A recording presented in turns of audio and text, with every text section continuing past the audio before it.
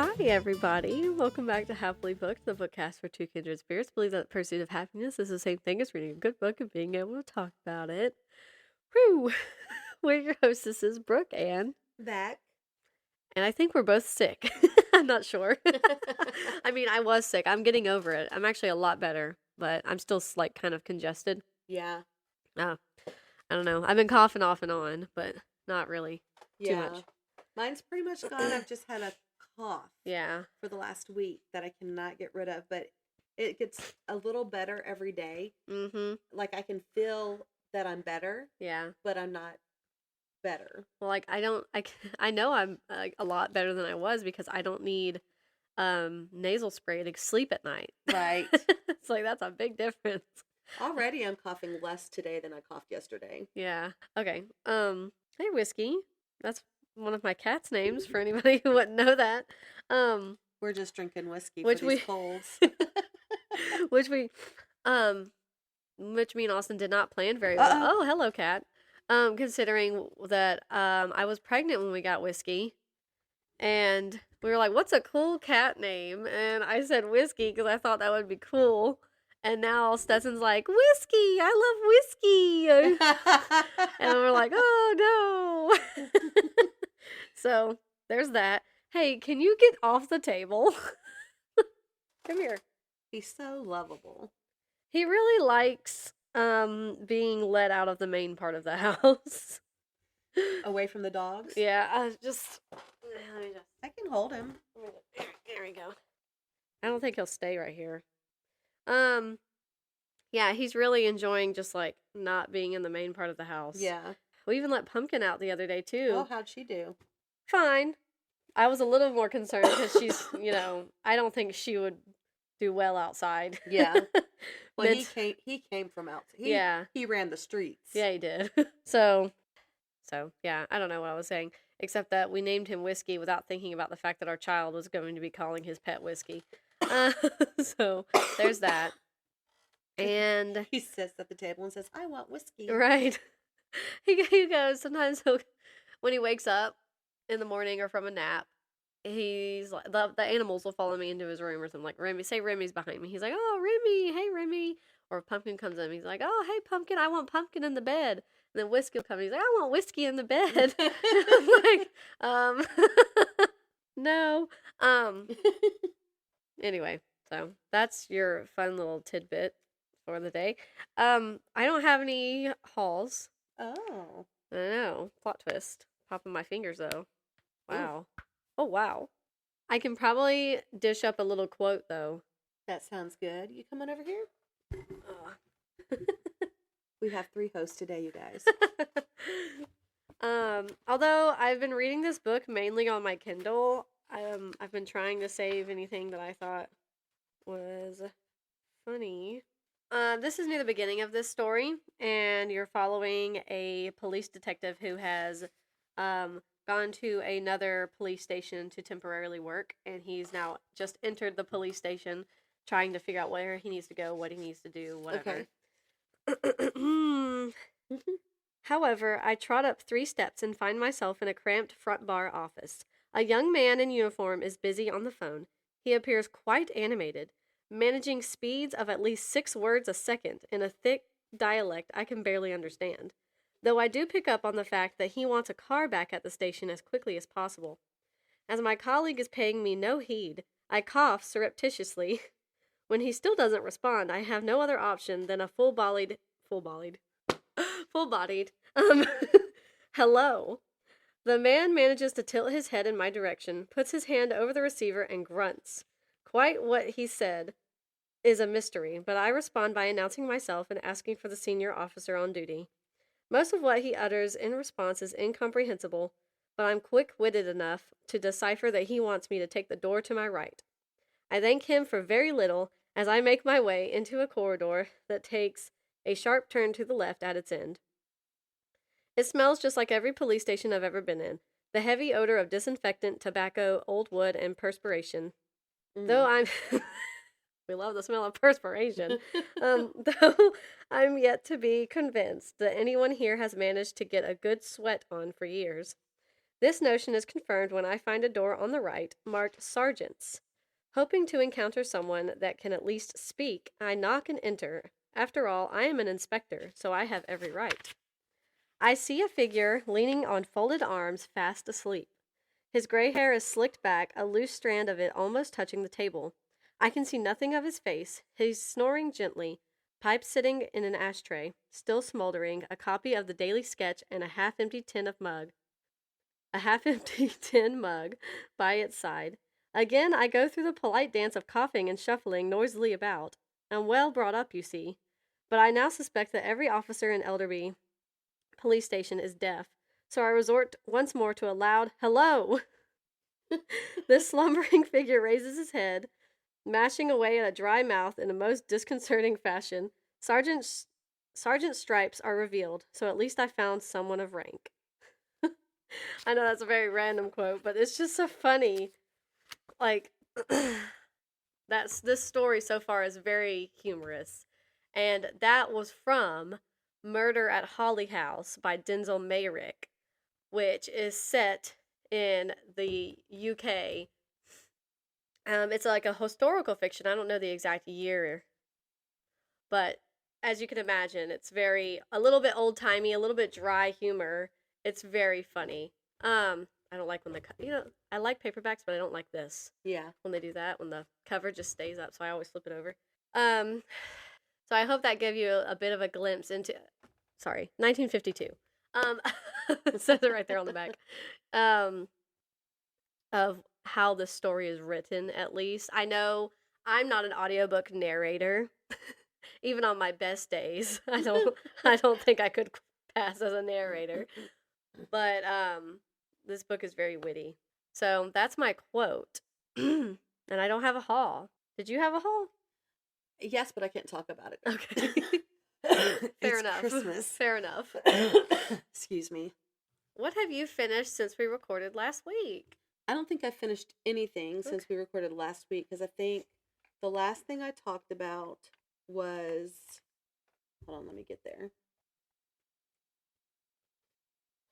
I think the last thing we talked about was the Unselected Journals of Emma M. Lyon and Emma. Mm-hmm.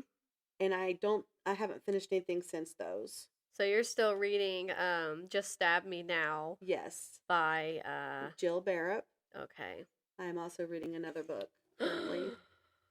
Okay. Because I'm physically reading that book, so I'm like, wait, why am I not listening to anything an audiobook on the way to work? Right, yeah. Oh, I get it, sister.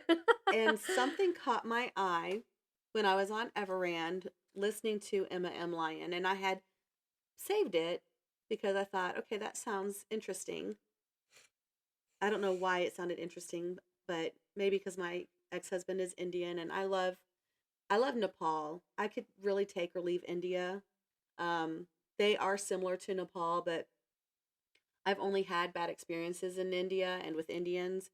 Nepal is like really my love, but it is called 6 Days in Bombay. Okay. And I started reading it. It's by Alka Joshy, and it's narrated by an Indian, so like she knows how to pronounce the names, and she doesn't have to like, hey whiskey, blunder over them like people who sir speak English would do, because they're difficult names for people who don't know that language. Yeah. But it's narrated by Sneha Matan, and I probably messed up her name. She has a beautiful voice. I'm glad. It's a really good book. I love when I can listen to an audiobook where the narrator is like of the country's ethnicity, and they can pronounce all the words and stuff correctly. Yeah. Because I mean, like you were saying, I probably could not. Right. I mean, you weren't saying me. I was basically, but specifically. I couldn't. I wouldn't. I could figure out how to pronounce them probably, but not that way. Not in that level. Not correctly. Yeah. Not without stumbling over it and just kind of butchering it. The really long names. Like, the shorter ones are a little bit easier, but when they have like 3 or 4 syllable names, those are difficult. But And then to say them over and over again. yes. I don't know if you've even, if you remember, I can't think.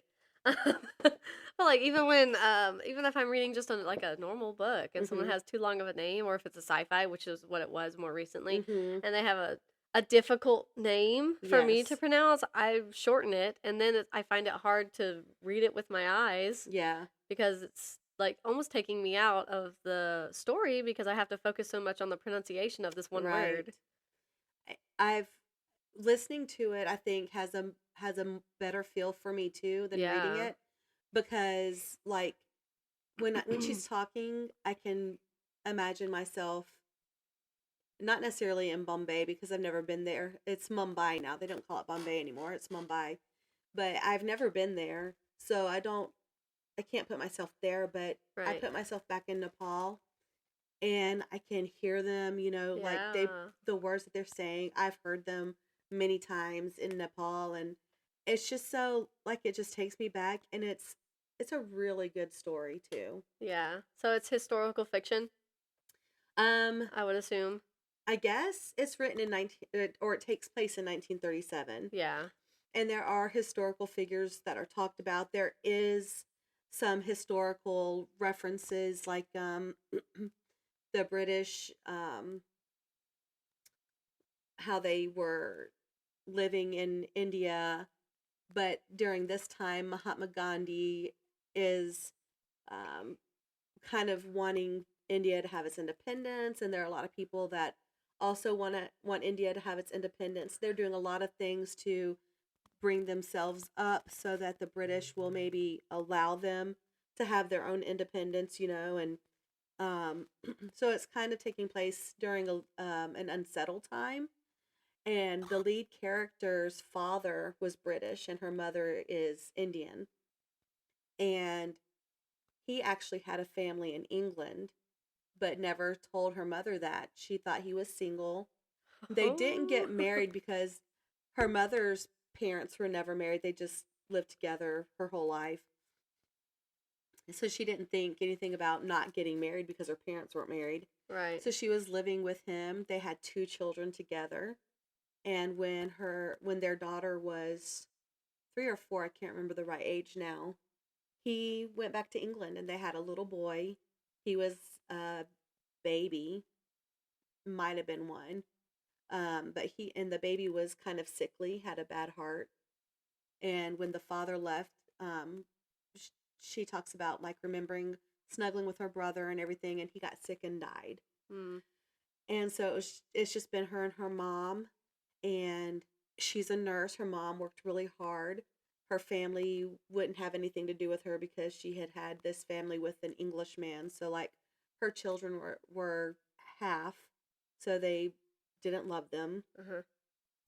And they were like outcast in their community. And so her mom worked really hard to send her daughter to nursing school so her daughter could help better their situation. Yeah. And she got fired from one hospital because uh, the men of the hospital were groping, and she stood up for herself, so they fired her for causing trouble. She was causing trouble. Right. Okay. So something else happens at the new hospital in Bombay. Like I think Calcutta is where they were originally from, and they moved to Bombay, and it's just about like her interactions with her patients. There's like 3 or 4 different patients, and where the title 6 Days in Bombay comes from was from one particular patient. And just some other stuff has happened, and I don't want to say too much because I don't want to give it away. It's a really good book, and I think that you should read it. You in general, not necessarily you, Yeah. but I think you would like it too. But it's just about like relationships, Right. and there is sadness in it, and it's reality. Like it's Uh-huh. the reality of someone of her stature in that culture in that time. And a lot hasn't really changed probably for like lower caste people in India and Nepal, because they still go by the caste system, and that's very important to them. That's their tradition. So like it's just kind of it educational in a way, like what Yeah. they went through and what some of them still have to go through. It's very good. I'm really, really enjoying it. Yeah. I don't know how far through I am in it because didn't update in Storygraph, Yeah. but I think I have like 4 or 5 hours left. Yeah, that's not too bad. No, and Yeah. I'm looking forward to listening to it again. Yeah. So you're gonna listen to it on the way home? No, the girls won't like listening to my books in the Yeah. car. And Emma always goes, "Mom, you can listen to your book," but she Doesn't wouldn't be mean happy if she. it. I mean, she would let me do it, but then here's the thing: Mm-hmm. Ella still doesn't have a phone, so Emma could put in her earbuds, but Ella's back there bored, Mm-hmm. having to listen to my book. So probably not today, Yeah. but definitely on my way to work tomorrow, I'll Mm-hmm. be listening to it. Yeah. Yes. I like that. I'm glad that you're enjoying that. I feel like historical fiction is a genre you would enjoy and have enjoyed. I mean, Yeah. there's mysteries you've read that would also overlap in genres with Yeah. historical fiction. And sometimes I like it too. It depends. One of my friends, Kaylee, she really likes historical fiction as well. She might like this book. Does she listen? I don't know if she like officially listens or not. Oh. Hey, you've got cobweb on you. Not that my basement's disgusting or anything.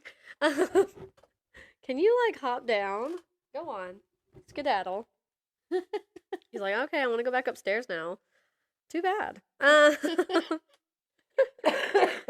the thing though with historical fiction or even general, like modern fiction.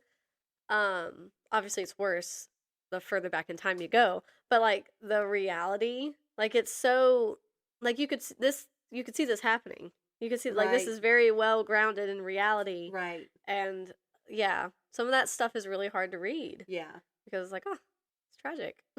Yes. But there's something like I don't know if it's like the fact that we like to confront dark things and maybe do you mind? And maybe maybe like see how far we've come. But like you said, you don't really know if it's like, if they're that much further along and on that side of the earth in that country. Yeah. India. Well, I mean, there are people who are trying, but there are Right. people who are just so grounded in this is tradition. And I love tradition. Right. But there are some traditional things that I just can't get on board with. If they're detrimental to people, we shouldn't do them. And I feel like the caste system is one of those things. And of course, I'm not Indian, so there's going to be some people who say I don't have a right to speak on it. But my ex-husband is, and my children are half. And I just don't think that a system that has untouchables is a good system. Yeah. No, I agree. And, there are improvements that probably every nation could make. Yeah. Honestly. So, anyway, it's a really good book. And like I said, there are people in that nation that are trying to improve things, and we'll see how it goes. Yeah. In another 100 years. Looks like that they keep your mind open. Yeah. And that's why I think that we shouldn't change how books are written in the past. Because I think it helps to keep your understanding of what they were actually thinking when the book was written. Like there are Agatha Christie books that have been rewritten. Yeah. There are Nancy Drew books that have been rewritten because they're quote unquote racist. Well, we shouldn't put everything down as racist from another time that we don't understand. Yeah. And you're not going to understand it if you change the wording. You're never going to even have a cursory You're not even going to be able to learn from it if you can't face it. Right. And so I just think we shouldn't be changing literature, especially when it documents how people thought, Yeah. Because it does. There's a thing that I was always taught as a child, and I think it holds true to literature as well. If you don't learn from history, you're going to repeat the same bad decisions that were made before. If you read or if you, read. I mean, even historical, just history is written. If you read history, if you read books, and you change what's there to make it more palatable to you, then you're not actually going to learn anything from that. Mm-hmm. And you're not going to move on and grow from it because you've put it in a place where you can't learn from it because you changed it. Yeah. And so we shouldn't be changing history, and we shouldn't be changing literature. We should be learning from it and growing. And you don't have to like every book. Every book is there. It could possibly just be there for you to, like, observe and learn. Right. You don't have to like it. Right. You know? And I think that happens a lot probably with classics. Anyway. Yeah. Yeah. Sorry for the history lesson. No. That was powerful stuff, Becky. You're welcome. Well, anything I talk about is not going to be that powerful, so keep that in mind, everybody. They're all thinking, thank goodness, we need a little bit of lightheartedness now. No. Yeah. I like that, though. That book is clearly having an impact on you, and that's something. Yes. That's something. That's the point of it all. Yes, yes. I finished one thing since we finished. Okay. Wait, hold on. That's not the right word. Since we recorded. And that was All Hallows by Christopher Golden. I read another Christopher Golden a few weeks ago for the book club me and my mom are in. Right. Excuse me. And that was Road of Bones. Which I ended up very generously, according to Storygraph, giving it a 5-star review. And it was good. I enjoyed Road of Bones for what it was and for who I am. I enjoyed it. It was a fictional horror thriller book, and it is an absolutely wild ride. And it is just think of the worst road trip you could ever have, and, like, that's that book. Like, I mean, the absolute worst road trip you could ever have. And I knew when we read it, well, you know, once I got to a certain point of the book, when a lot of supernatural things were happening, supernatural horror things were happening, I was like, these ladies are not going to enjoy this book. And that's just fine. And there were a lot of aspects of that book that didn't make much sense when she actually finished the book. Like, why was that even there? That didn't really need to be there. This was just sort of pointless. But overall, I still enjoyed the story just for what it was. Then I decided to give Christopher Golden another shot, because why not?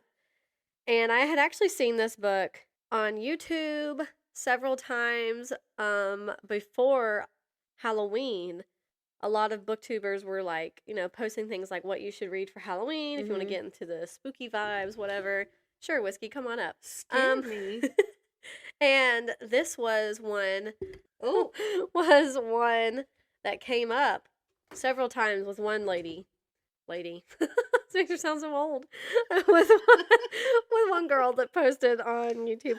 And it is called All Hallows by Christopher Golden. And it is she was so right to say and recommend that anybody should read this for Halloween if they're wanting just the perfect Halloween spooky book. Because it was, like, absolutely spot on. And I really, really liked it. And when I look back, it's like, oh man, this compared to Road of Bones. Road of Bones was really not that great. Now you need to go back and change your 5-star to a 4. I would probably, if I was going to change it, I'm not, because I felt the way I did when I finished reading it, and I think I should keep it that way. I fight myself on that sometimes. But yeah, if I were to change Road of Bones' rating now, having read something else by the same author, I would probably change it like a 3-star. Like, it was distinctly more disappointing than this book. Oh, that scared me. It's the air compressor. By the way, that's still, I know, a couple episodes ago that kicked on and I started laughing because I was like, Emma and Ella are probably like, oh my gosh, what is that? Stetson's going to go, air compressor. And then it'll go off and he'll go, all done, air compressor. Anyway, yeah, we still have not turned that off. It's just there. It's just like filling back up and stuff. Yeah. Anyway, that doesn't matter. I don't know if you can hear it. We're back. We never really left. I never stopped recording. Becky was so kindly nice enough to take Whiskey back upstairs because he was being a little too helpful Yes. on the keyboard. But anyway, yeah, I really liked All Hallows. I thought it was granted, I love spooky stuff. Like when I read spooky stuff, especially like in October, because like of course, obviously you have to read spooky stuff in October. Right, right. It's the law. And so I know I'm probably, a little biased in the comparisons of the books. But I feel like in All Hallows, everything that was mentioned, there was a reason. It all went full circle. There were connections that were made. Everything was answered and addressed. In Road of Bones, there was a lot of things that just sort of dropped off, and like you never really readdressed it, and that's why it felt pointless on some things. But yeah, All Hallows. I'm going to read the synopsis, or maybe this short description. Okay, the description is the whole synopsis, so I'm going to read the synopsis. It's Halloween night, 1984, in Coventry, Massachusetts, and two families are unraveling. Up and down the street, secrets are being revealed, and all the while, mixed in with the trick-or-treaters of all ages, four children who do not belong are walking door to door, merging with the kids of Parmenter Road. Children in vintage costumes with faded, eerie makeup. They seem terrified and beg the neighborhood kids to hide them away, to keep them safe from the cunning man. Ooh. There's a small clearing in the woods. Now, you did the same thing last time. I said the cunning man. Is that funny? You're like, that's spooky. There's a small clearing in the woods now that was never there before, and a blackthorn tree that doesn't belong at all. These odd children claim that the cunning man is coming for them, and they want the local kids to protect them. But with families falling apart and the neighborhood splintered by bitterness, who will save the children of Parmenter Road? And it's crazy, okay? I was very pleased with the plot twist of this story. But yeah, you start it with, opening up with all these different families and the drama that they're having. And of all times, on Halloween night when you're supposed to be letting kids go trick-or-treating and have fun, families are being torn apart. It's tragic in a way. And then these kids show up, one by one with a bunch of different characters. And you're like, what's wrong with these children? Like, who's after these kids? And they're like, the cunning man's coming to get me. He hurts me, and this was the only time I could escape. Please help me. And they're like, okay. And first of all, I know maybe in real life, kids would go to kids for help.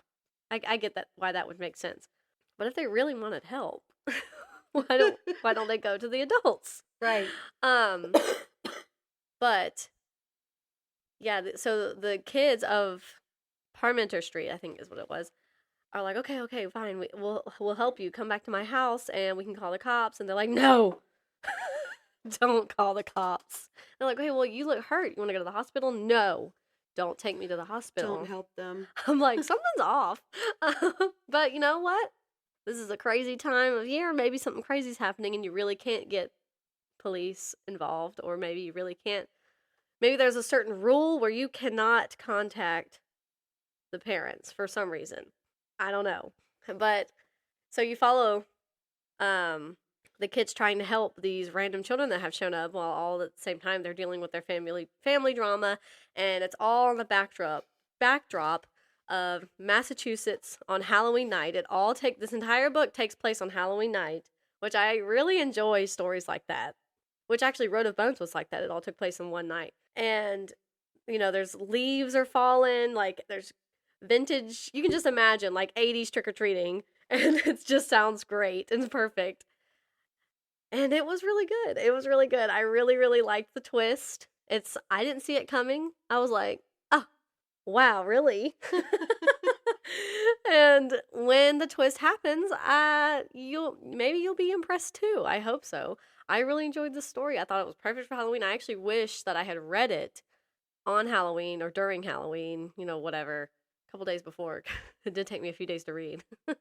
But it was really good. I told my mom, I was like, I know you didn't really like Road of Bones by Christopher Golden, but if you wanted to try another book by him, a different story, I thought this was actually really good, and maybe you'll like it more. I did say there are still some supernatural elements. I just think he's that kind of author.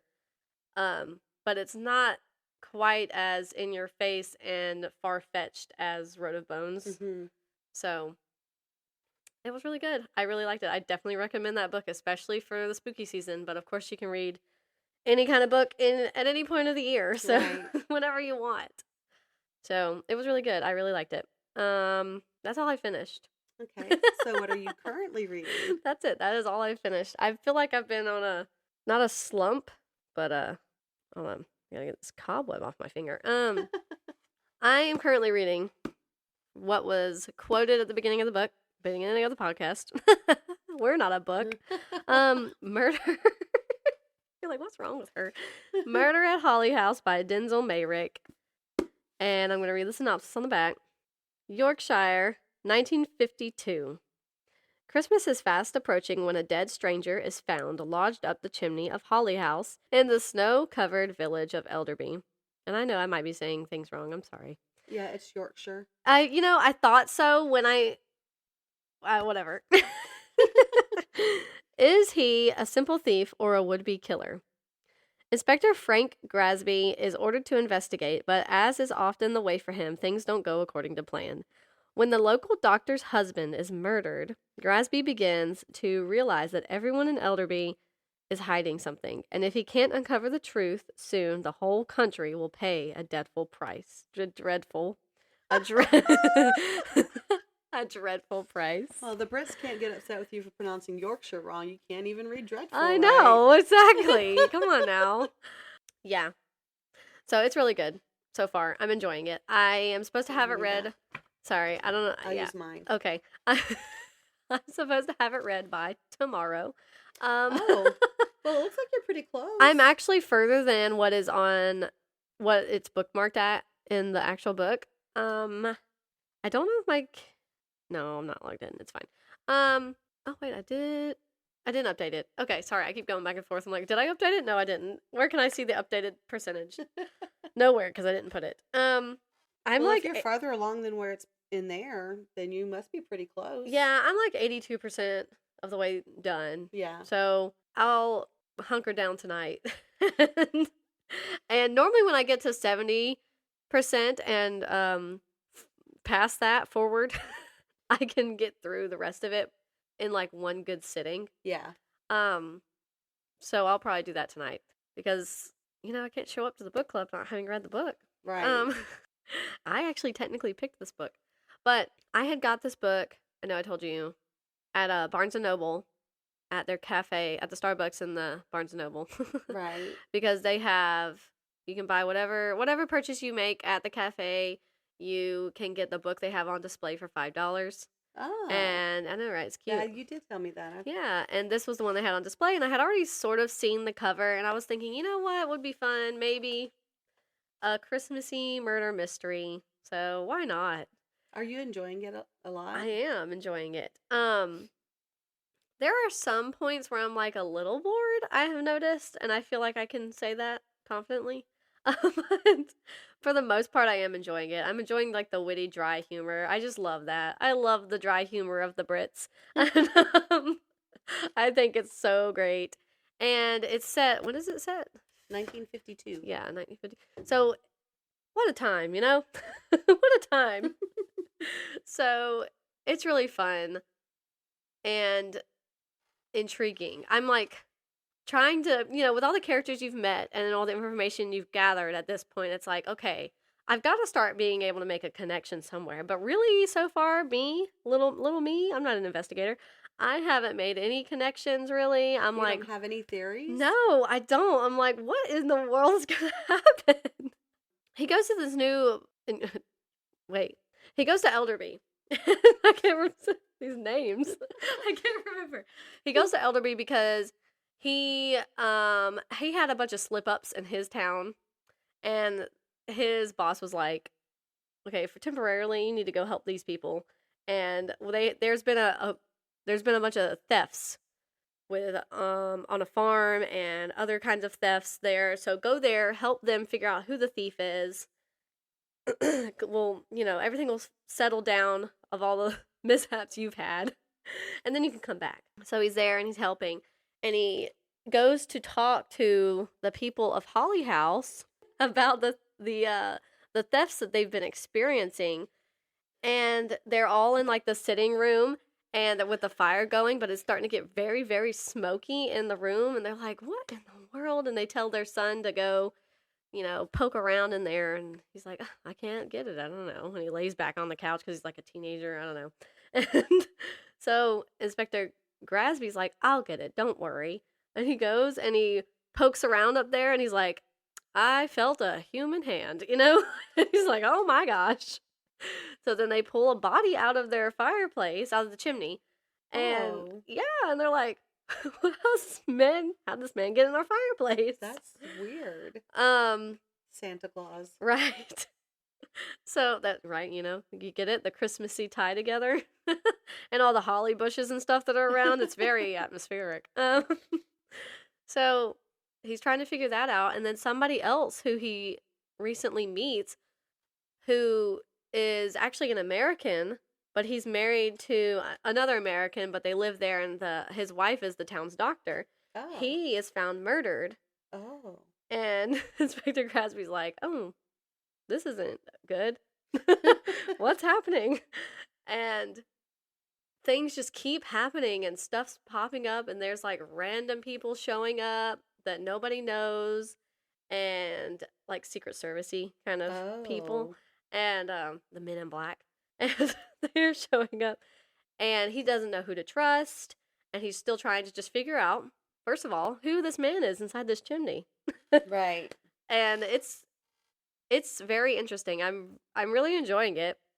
I know I said I was getting a little bored here and there with some spots, and I think that's just honestly the mood I'm in when I sit down to read. I think it's just how I feel at the time. I don't really think the book is boring. I just maybe don't feel like sitting there reading something so normal. It's a murder mystery, and it's witty and like kind of goofy, but it's still like based in reality. Right. So I'm like, maybe I want a sci-fi or fantasy or something, or a horrible, ghastly horror novel. I'm enjoying it, and the day you read fantasy, I'll be surprised. I know. And I just can't figure out who the murderer is. He's found some clues, but he's starting to get to a point where it's like, it could be this person, it could be this person. I don't, and again, he still doesn't know who to trust in this town because of all that's happening. Yeah. And he's like, this place was supposed to be a quiet little small town that I was just supposed to help solve some thievery. And now I've got a murder. Now I've got a murder, 2 murders, maybe more murders.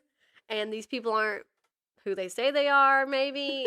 And it's just like, several times he's like, I just thought about leaving. I'm just going to go home. That's funny. But it's really good so far. I think you would like it. I told my friend Kaylee that she might like it. Yeah. So I'm hoping to finish it tonight, and I would like to maybe figure out who did it on my own, but I don't think I'm going to. That's funny. I think Inspector Grasby's going to have to tell me. Yep. Somebody's already tried to kill him like twice. Oh. Twice, man. That's crazy. I know. They come up behind him and hit him on the head with a rock. Can't kill the inspector. I know. It's wild. But that's all I'm reading. And, well, actually, that's sort of a lie. I technically started a book on Everand, but I've not been listening to it because I've been focusing on this book. Yeah. Oh, and what I was saying earlier, what I was getting at was I got this for $5 at the cafe. Yeah. And then we ended up picking it for a book club pick. Which was fortuitous for you. Right. But then I was like, I don't know if I'm going to have time to only physically read it. So I have it on my Kindle as well, which is how I know the percentages. Which I know Storygraph would tell me the percentages, but how I know is on my Kindle. So there's that. I started reading Ward D by Frieda McFadden, which is a book that Faith said I should read next by her. Yeah. She told me like several. Well, she told me like 2. I don't remember what the other one was. But this was one of them, so I found it on Everand, and I started listening to it. I think I've literally listened to the first couple of chapters, maybe, and then I have not focused on it at all. But I do think I'm going to like it. and I'm going to read you the synopsis now. Medical student Amy Brenner is spending the night on a locked psychiatric ward. Amy has been dreading her evening working on Ward D, the hospital's inpatient mental health unit. There are very specific reasons why she never wanted to do this required overnight rotation, reasons nobody can ever find out. And as the hours tick by, Amy grows increasingly convinced something terrible is happening within these tightly secured walls. When patients and staff start to vanish without a trace, it becomes clear that everyone on the unit is in grave danger. Amy's worst nightmare was spending the night on Ward D, and now she might never escape. Ooh. Dun dun dun! So yeah, what I remember from starting it over a week ago, randomly, was that you open up with Amy, and she's a medical student, and she has been trying to not do this rotation, working in the psychiatric ward, and you're like, why? I mean, maybe it's not ideal, I guess, but like, why? You know, and at some point you probably have to do it. And then you flash back to her and her best friend at the time when they were, I think, seniors in high school, about to graduate and picking colleges and what they want to do and stuff. And something happens. Before that, though, they're caught shoplifting, I think, or she's told, oh no, I remember now. They're out at an expensive store, and her friend was, a few aisles over or whatever, and Amy stumbles upon this little girl who is in the aisle with her, and the little girl's like, oh, that would be a really cute sweater, and Amy's like, oh yeah, you're right. She looks at the price, and she's like, oh, too much though, puts it back, and the little girl's like, well, just steal it. And I'm like, young lady. But she's like, I can't do that. That's stealing. She's like, why not? They'll never know it's gone. And I'm like, girl. Yes, they will. That's still stealing. You could get in trouble. And Pretty Little Liars. I know, right? Hannah. So she's like, I can't do that. And then her friend walks back up and also starts to say, why don't you just take it? Whatever. She's like, I can't do that. And I'm like, okay, fine, let's go. Whatever. And she's like, yeah, that little girl was telling me to steal it too, or something along those lines. And she's like, what little girl? Dun, dun, dun. Oh, it's a ghost. So it's like, oh, was she really there? Was she not? I don't know. And that's about all I remember. I think she has to work in the psychiatric unit with her ex-boyfriend. Oh. And it's really funny. So far, I must say, the way Frieda McFadden writes her main characters, they're, like, very funny.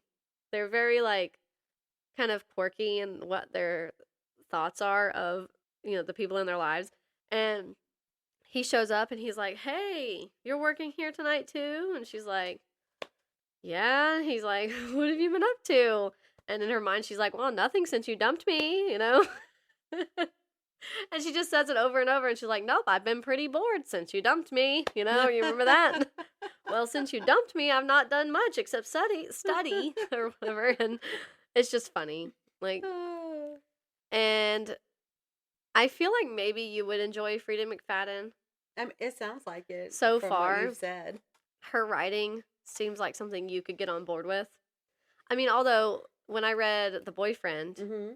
there was a little bit more cussing that I discovered, but it still was not a whole lot, and it was not like explicit content. There wasn't a whole lot of explicit content, unless you count like somebody being stabbed. Explicit content, but that laugh was great, by the way. What I'm talking about, it didn't sound raspy at all. But what I mean is like intimate scenes. So I knew what you meant. Yeah. Let it out, Becky. So I'm technically listening to that, but I have not picked it up since the day I started it. And I don't know when I will listen to it next. I'm still in chapter 4 of Just Stab Me Now. Yeah. But last week was so busy. Yeah. I think this week's going to be busy. Yeah. I mean, literally, December's like such a busy month. It is. Such a busy month. So That's okay. It's all right. We're going to make it through. Yeah. And if you don't finish it before the end of the year and you finish it in January, we'll roll it back. Yeah. Like, this was actually... If I don't make it past chapter 4 by the end of this week, I'll just start it over. Yeah, there you go. Wink, wink. Also, I think most of Frieda McFadden's books are on Kindle Unlimited. So if I don't end up listening to the audio, I'll just... You can read it there. Read it on my Kindle. Yeah. Yeah. The convenience. So, anyway, I know my mom's probably like, why haven't you read Frieda McFadden yet? Why'd you wait until Faith told you to read Frieda McFadden? That is hilarious. She's probably not thinking that. She is now. She's going to listen to the episode and be like, you know what, Brooke? That's right. I am thinking that.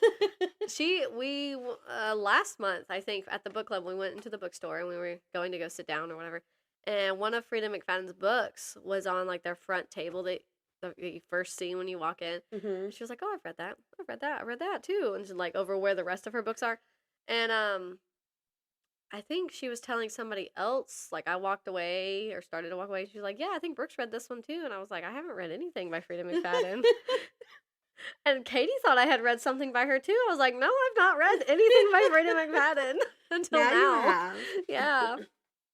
So I must say, I am enjoying her books so far. That's really good. Anything else? No, that's it for me. I think I rambled enough. I hope I made up for not... I feel like last week's recording, I just did not explain anything very well. I didn't feel that way. I thought it was a good episode. Thank you. I mean, I know we talked about several things. I think I went over, like, all of these books I had finished, and then what I was about to read and stuff. But, like...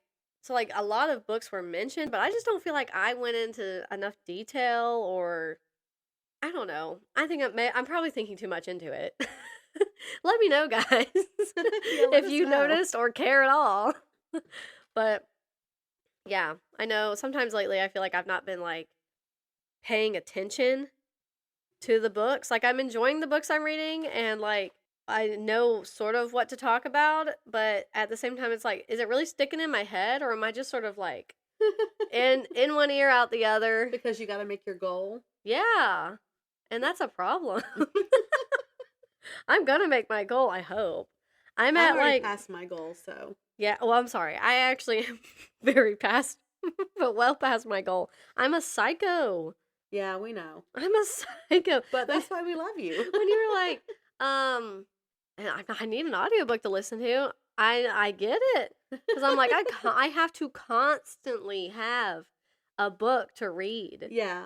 And it's like almost a little unhinged. Well, it's crazy that I waited so long to listen to audiobooks. Yeah. I never even thought about it until we started this podcast. Yeah. I was like, oh, I could have been doing that my whole life. Yeah, I only started listening to audiobooks maybe like a year before we started recording together.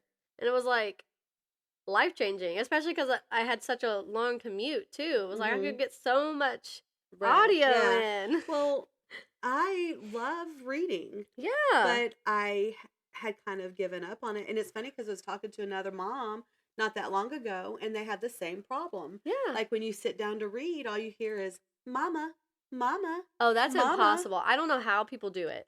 I cannot. That is the one thing I cannot do if Stetson is not napping. Yeah. I cannot read.